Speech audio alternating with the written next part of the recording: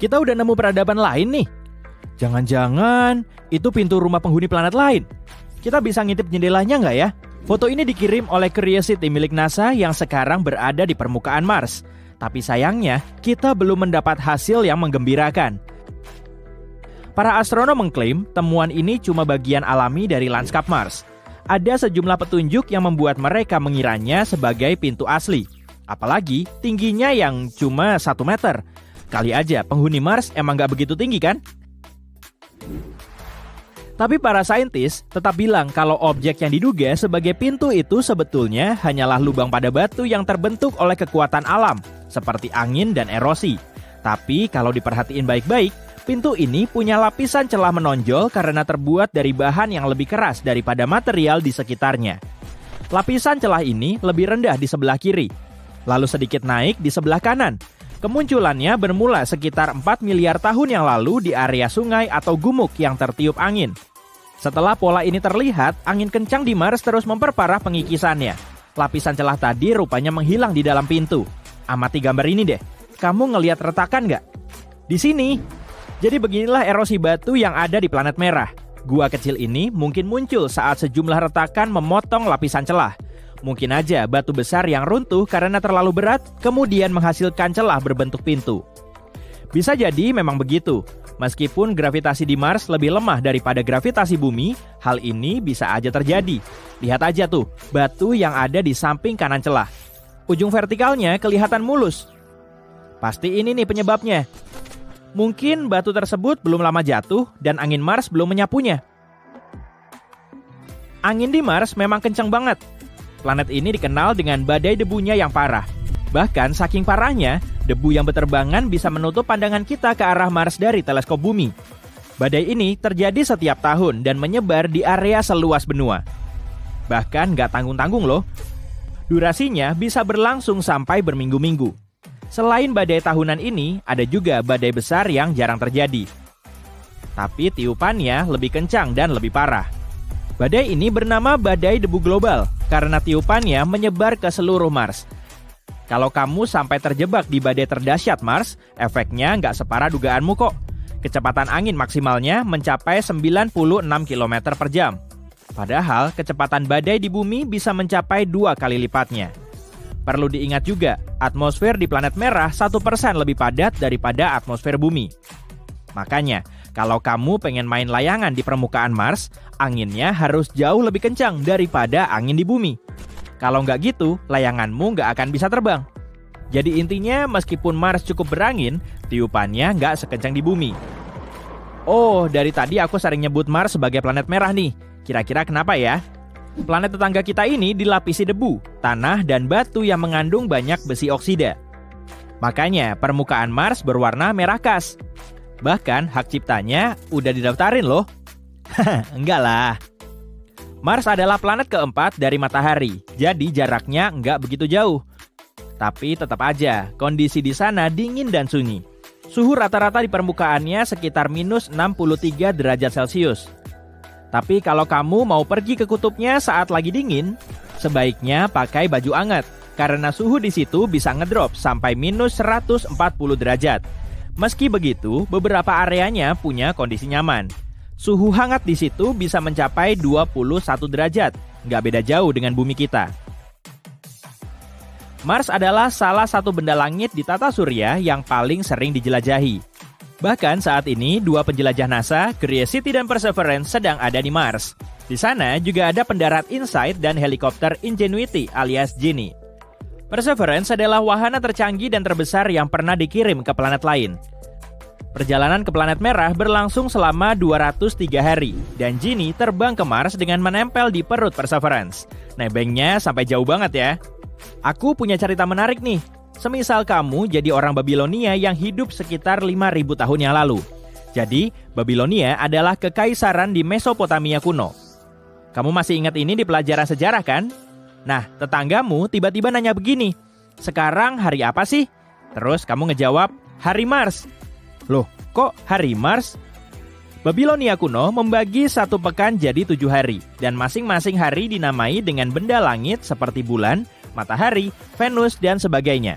Sedangkan hari Mars bertepatan dengan hari Selasa. Orang Babilonia meyakini hidup mereka dipengaruhi oleh benda langit yang menjadi nama hari mereka. Mars dikait-kaitkan dengan agresi karena berwarna merah. Makanya setiap Selasa, mereka ngadain upacara untuk ngilangin pengaruh negatif dari planet yang nggak ramah ini. Mars emang bisa kelihatan nggak bersahabat. Atmosfernya tipis banget. Volumenya cuma 1% dari atmosfer bumi. Jadi, udara yang bisa dihirup di planet merah ini 99% lebih sedikit. Sebagian besar atmosfer Mars terdiri dari karbon dioksida. Kalau persentasenya setinggi ini, karbon dioksida bisa meracuni manusia. Di Mars, nggak ada oksigen yang bisa dihirup. Jadi, kita cuma bisa menghirup 1/10 dari 1% oksigen di udara Mars. Itu jelas nggak cukup untuk bertahan hidup di sana. Sejauh ini, Mars punya 2 satelit bernama Deimos dan Phobos. Menurut para astronom, satelit ini mungkin pernah jadi asteroid yang tertangkap oleh medan gravitasi Mars. Bentuk satelit ini mirip kentang. Gravitasi Mars nggak bisa membentuknya jadi bola karena masanya terlalu kecil. Kalau bentuknya mirip kentang, kenapa nggak dinamai perkedel aja, ya kan? Biar lebih matching. Sekitar 24-40 juta tahun lagi, Mars diperkirakan akan punya cincin. Sisi terang masih bakal ada nggak ya? Makanya, tonton terus. Gaya gravitasi Mars akan ngancurin Phobos sebagai satelit terbesarnya. Duh, si kentang bakal dihancurin jadi perkedel beneran tuh. Beberapa serpihan Phobos akan jatuh ke permukaan Mars, dan serpihan lainnya terus hancur, kemudian ngebentuk cincin di sekeliling Mars. Umur cincin ini mungkin akan mencapai 100 tahun. Permukaan Mars terbagi oleh sistem ngarai besar yang dikenal sebagai Valles Marineris. Wih, namanya mirip kayak menu makanan mewah. Ngarai ini membentang lebih dari 4.800 km atau kurang lebih sejauh jarak dari New York ke California. Ngarai terluasnya berdiameter 322 km dan kedalamannya mencapai 6 km. Jadi kalau diestimasi, ukuran Valles Marineris 10 kali lipatnya Grand Canyon di bumi. Objek yang satu ini juga nggak kalah besar loh. Olympus Mons adalah gunung berapi terbesar di tata surya dan letaknya ada di Mars. Tinggi Olympus Mons 3 kali lipatnya Gunung Everest atau gunung tertinggi di atas permukaan laut yang ada di bumi. Sedangkan dasar Olympus Mons kurang lebih sebesar 315 km persegi. Para saintis memperkirakan Mars pernah mengandung air. Mereka bisa dibilang begitu karena di permukaan planet merah ada banyak jaringan lembah sungai dan dasar danau purba. Di Mars juga ada mineral dan batuan yang cuma bisa terbentuk di dalam air. Mars juga mungkin pernah dilanda banjir bandang 3,5 miliar tahun yang lalu. Di planet merah memang masih ada air, tapi atmosfer Mars terlalu tipis sehingga air di bawah permukaannya nggak berwujud cair. Air ini justru berbentuk es dan berada di bawah permukaan. Jutaan orang di seluruh dunia berhamburan ke jalanan dan naik ke atap bangunan untuk melihat fenomena kosmik menakjubkan. Ada sebuah planet tepat di samping bulan. Planet merah yang besar. Pada awalnya semua orang antusias. Kemunculan Mars entah dari mana berdampak aneh terhadap manusia. Sebagaimana bulan yang bisa memengaruhi keadaan psikologis dan fisik sebagian orang, kunjungan Mars yang tak terduga ini menyebabkan manusia berperilaku sangat aneh. Setiap malam, langit diterangi oleh cahaya bulan dan pendar merah Mars. Banyak orang mengalami semacam insomnia mendadak. Sebagian bahkan berhenti minum kopi sebab mereka tidak lagi merasa ngantuk. Mars memunculkan energi dan sedikit sifat liar dalam diri manusia yang membuat mereka lebih banyak tertawa dan bahkan membuat beberapa orang miskin jadi gila. Mereka mulai lebih sering keluar rumah dan menikmati langit malam yang tidak biasa. Beberapa hari kemudian, semua orang bisa melihat apa yang terjadi. Mars semakin membesar. Para ilmuwan mengumumkan planet merah itu perlahan bergerak menuju bumi. Tabrakan tidak bisa dihindari. Warga bumi cuma punya waktu beberapa tahun lagi. Beberapa bulan lalu, asteroid besar menabrak planet merah itu dengan kekuatan yang begitu besar, sehingga Mars keluar dari orbitnya dan mengembara. Peluang Mars akan terbang di dekat bumi selalu sangat tinggi. Setelah diumumkan sekitar 3 detik saja, berita itu menjadi viral dan terjadilah kepanikan. Situasi makin memburuk. Makin dekat planet Mars, makin besar pula dampaknya terhadap fisik manusia. Ratusan video muncul menunjukkan simulasi tabrakan Mars dan bumi. dan tidak ada akhir bahagia. Mau tahu apa yang terjadi? Salah satu vlogger terkenal bertanya ke para followernya. Bumi hampir seluruhnya tertutup air dan Mars tinggal debu, pasir, dan bebatuan. Lalu dia meletakkan sebuah semangka besar di tengah ruangan. Dari ujung ruangan, dia meluncurkan sebuah bola bowling ke arah semangka. Pum! Kini, ukuran Mars hampir sebesar bulan. Mars akan memasuki orbit bulan dan hal ini berdampak terhadap medan magnet bumi. Banjir, hurikan, tsunami, dan badai petir dahsyat, semuanya semakin parah. Hewan-hewan menggila, burung-burung tidak lagi bermigrasi ke selatan. Aurora borealis muncul di Karibia. Ekonomi juga terdampak oleh berita tersebut. Orang-orang berhenti bekerja. Ya, buat apa juga? Mereka hanya ingin bersenang-senang dan bersama orang-orang tersayang. Sumber daya di planet ini masih cukup untuk bertahan sampai malapetaka itu terjadi. Jadi tidak ada seorang pun yang mencoba mengatasi masalah bumi itu. Pakaian, makanan, mobil, kapal pesiar, apa saja, semua kehilangan nilainya dan sekarang gratis. Setiap hari, pesta jalanan besar muncul di seluruh dunia. Orang-orang memutuskan untuk hidup damai dan harmonis sampai akhir hayatnya. Malapetaka global berhasil menyatukan manusia. Guna mengiringi ledakan, warga bumi bersatu untuk mengadakan konser rock akbar. Raksasa merah itu menghancurkan planet biru kita yang cantik. Dan rock and roll adalah musik pengiring yang pas. Ada cukup waktu untuk makan, joget, berpesta, dan mendengarkan musik keren. Panggung-panggung raksasa dibangun di mana-mana. Ini konser terakhir bagi para musisi. Selama persiapan itu, tiba-tiba muncul secercah harapan. Para ilmuwan telah memperhitungkan semua kejadian yang akan muncul saat Mars membentur bumi, dan mereka punya rencana sederhana. Untungnya, manusia telah berencana pindah ke Mars, jadi mereka sudah membangun pesawat ruang angkasa selama ini. Tidak ada waktu untuk pergi ke planet lain sebelum tabrakan itu. Tapi untungnya, manusia bisa menunggu terjadinya bencana itu di luar orbit bumi. Kamu bisa duduk di stasiun ruang angkasa sambil mengunyah popcorn, bersantai dan menikmati pertunjukan. Saat debunya mengendap, mungkin kita sudah bisa kembali ke bumi, atau sisa-sisanya. Setelah mempelajari rencana ini, manusia mulai bekerja untuk menyelesaikan pesawat siang dan malam. Semua orang bekerja dengan semangat. Masih ada waktu 2 tahun sebelum hari besar itu. Panggung-panggung konser raksasa diubah menjadi stasiun ruang angkasa. Mars kini memberikan lebih banyak energi kepada manusia, dan dengan kerja tim yang heroik, manusia berhasil membangun ribuan stasiun hanya dalam beberapa bulan. Itulah yang terjadi jika 7 miliar manusia bekerja sama. Para petani, terapis fisik, koki, insinyur, atlet, akuntan, semua bekerja dalam satu tim.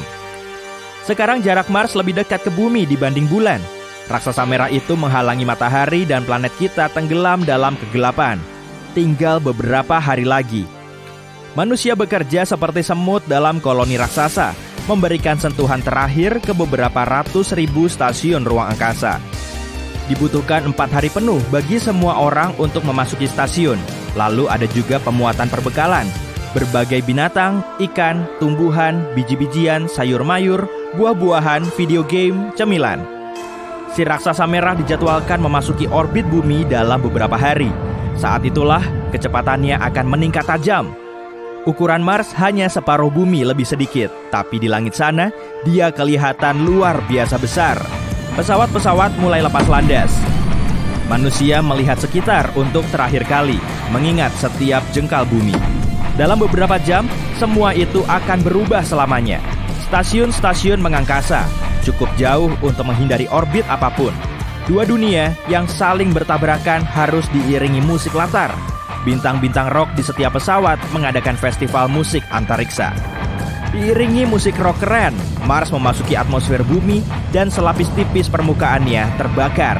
Ini melepaskan energi yang luar biasa besar.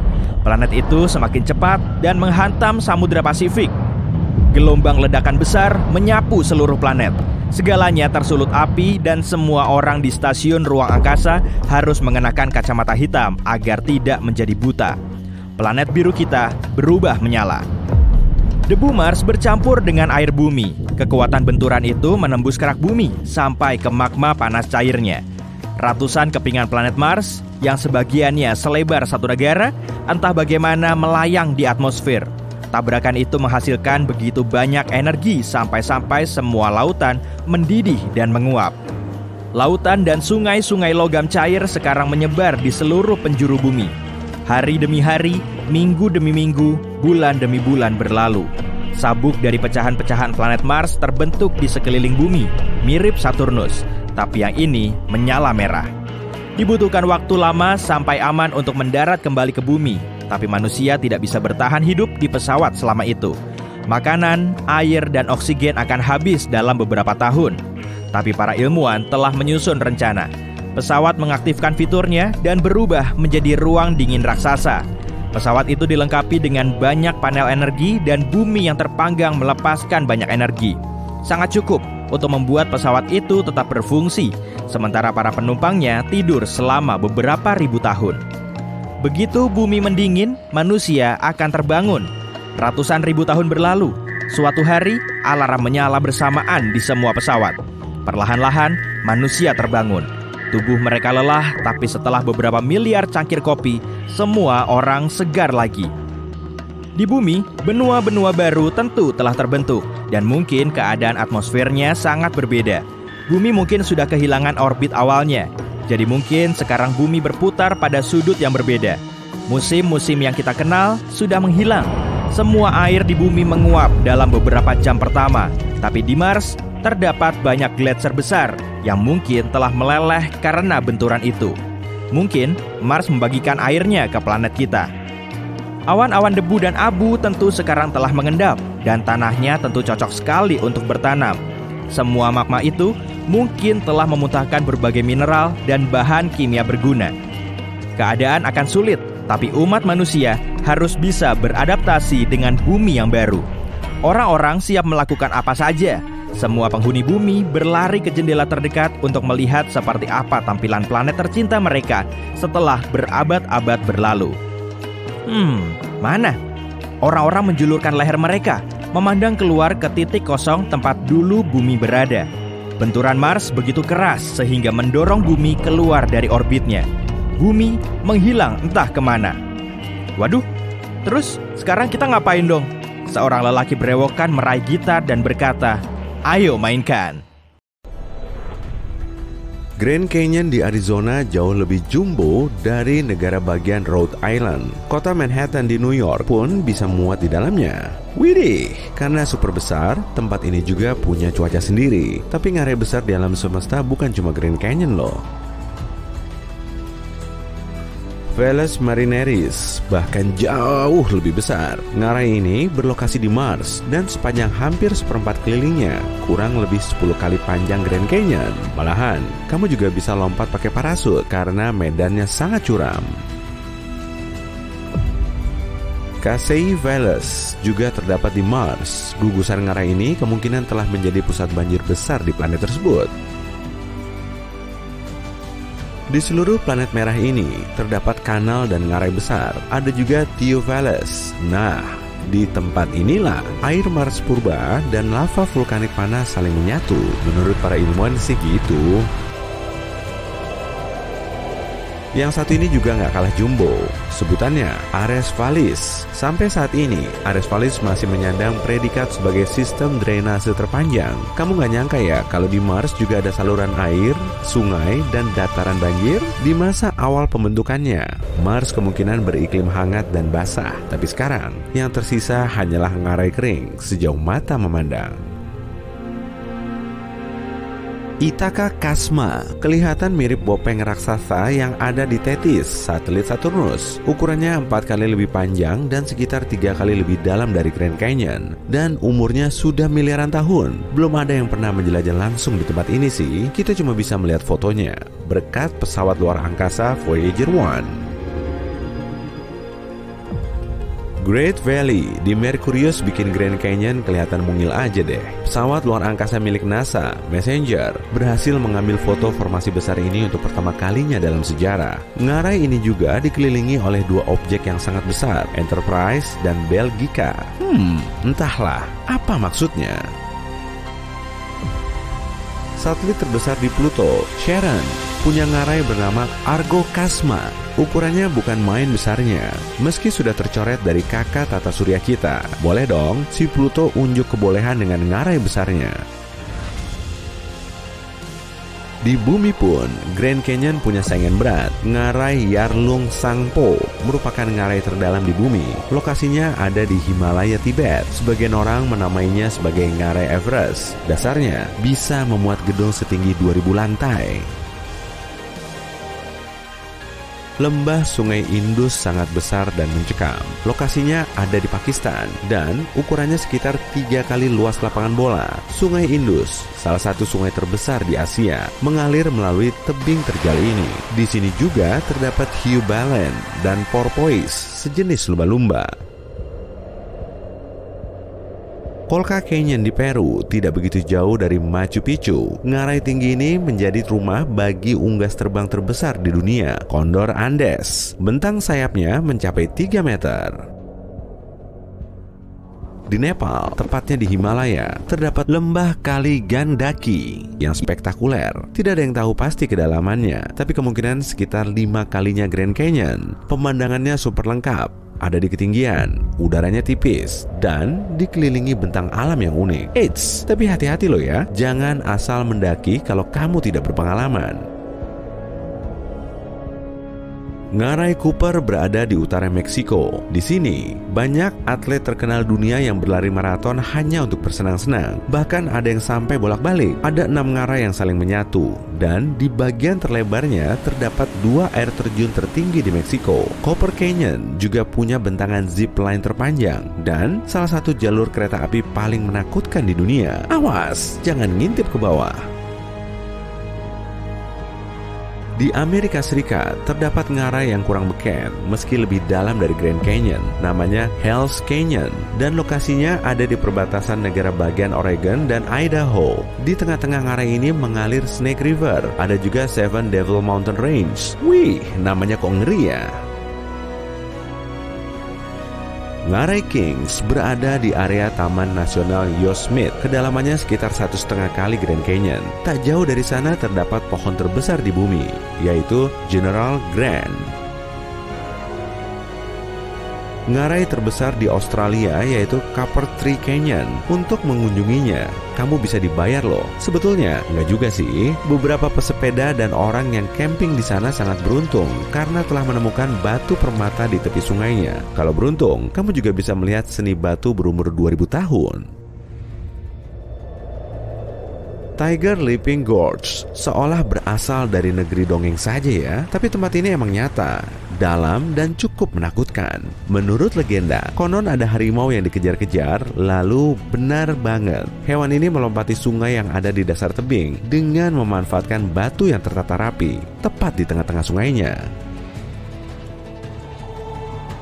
Great Rift Valley 15 kali lebih panjang dari Grand Canyon. Jadi panjangnya sekitar triliunan kilometer. Lembah ini membentang di antara 2 benua dan menjadi rumah bagi 30 danau. Canggihnya lagi, bisa dilihat dari luar angkasa. Jadi, kalau suatu saat kamu melayang di kosmos sana, jangan lupa cari lembah ini ya. Ngarai Kota Huasi nggak cuma dalam, tapi sangat dalam. Ngarai ini punya jalur rafting, kayak, dan hiking yang ekstrem. Nyamuknya juga tak kalah ekstrem. Ngarai yang ada di Tibet ini pasti jadi pemegang rekor dunia. Coba aja tanya ke Mbah Google soal ngarai yang bernama Ngarai Polung Sangpo. Nggak ada satu foto pun yang akan muncul. Parah sih. Padahal kan udah tahun 2021. Jadi penasaran deh, memangnya ada apa di bawah sana? Palingan juga sungai. Ngarai Chicamoca di Kolombia kurang lebih sedalam Grand Canyon. Buat kamu yang suka olahraga ekstrem cocok banget nih. Semuanya menantang adrenalin, zipline, kano, paragliding. Bahkan kereta gantungnya juga ekstrem. Untuk menjajalnya, kamu akan menghabiskan waktu selama 25 menit. Medannya juga terjal. Di Greenland, terdapat Greenland Grand Canyon sepanjang beratus-ratus kilometer. Air dari gunung es yang mencair, terus mengalir melalui ngarainya. Tempat ini pertama kali ditemukan oleh NASA. Ada ngarai yang sangat besar di Antartika, tapi masalahnya cuma satu, kita nggak bisa melihatnya. Belum lagi, suhunya super dingin dan di mana-mana cuma ada salju. Laut juga punya ngarai besar loh. Zemchak Canyon merupakan salah satu ngarai bawah laut terbesar di dunia. Letaknya di lepas pantai Alaska dan menjadi habitat bagi anjing laut, lumba-lumba, dan paus. Ngarai terdalam di bawah air sekitar 6 kali kedalaman Grand Canyon. Ya, mana lagi kalau bukan Palung Mariana yang tersohor itu. Coba deh nyelam ke dasarnya. Kamu akan menyabat rekor sebagai penyelam terdalam sepanjang sejarah. Wah, ini keajaiban bawah laut kita yang lain, Grand Bahama Canyon. Sejumlah gedung Empire State yang di New York itu akan tenggelam di dalamnya kalau kita ceburkan semuanya. Monterey Bay memang terlihat kurang menakutkan, tapi kan tetap aja ngarai. Ada lanternfish, cumi-cumi, penyu, ikan batu, dan berang-berang laut. Semua kongko bareng di sini. Oh, nggak ketinggalan ribuan ubur-ubur. Jadi perlu jaga jarak biar nggak kena sengatannya. Ada juga giant carp di sekitar ngarai itu, serta rumput laut yang bisa tumbuh sampai 30 meter. Hudson Canyon mengalir dari pelabuhan New York langsung menuju laut dan airnya sangat kotor. Memang ada formasi karang dan spons laut dalamnya sih, tapi dasar airnya mengandung banyak sampah dan tumpukan lumpur dari saluran pembuangan. Aviles Canyon ada di lepas pantai Spanyol. Ngarai bawah laut terdalam di dunia ini termasuk dari segelintir area yang menjadi habitat cumi-cumi raksasa. Ngarai ini terkenal dengan karang putihnya dan suhunya sangat dingin. Bremer Canyon di Australia merupakan ngarai bawah laut yang besar dan berbahaya, terutama bagi cumi-cumi raksasa. Hewan ini masuk dalam list cemilan favorit orca di sana. Jelas, selera makannya sangat tinggi. Akhir-akhir ini, Bremer Canyon menjadi destinasi wisata utama, khususnya bagi mereka yang ingin mengambil foto lebih dari 100 orca yang berhabitat di sana. Nazare Canyon berlokasi di dekat Portugal dan merupakan ngarai bawah laut terbesar di Eropa. Kedalamannya sekitar 5 km, sama dengan 6 kali gedung tertinggi di dunia. Di atas permukaannya terbentuk pecahan ombak yang tinggi. Pantesan jadi surganya bagi para peselancar. Canadian Arctic Reef System berukuran sangat besar, membentang dari Laut Labrador hingga Kepulauan Arktik, serta menghubungkan Arktik dan Samudra Atlantik. Coba bayangin deh, kira-kira jutaan tahun yang lalu, Greenland masih menyatu dengan Kanada. Karena celah ini, Greenland perlahan menjauh. Kanada pasti sangat besar ya, kalau Greenland masih menempel sampai sekarang.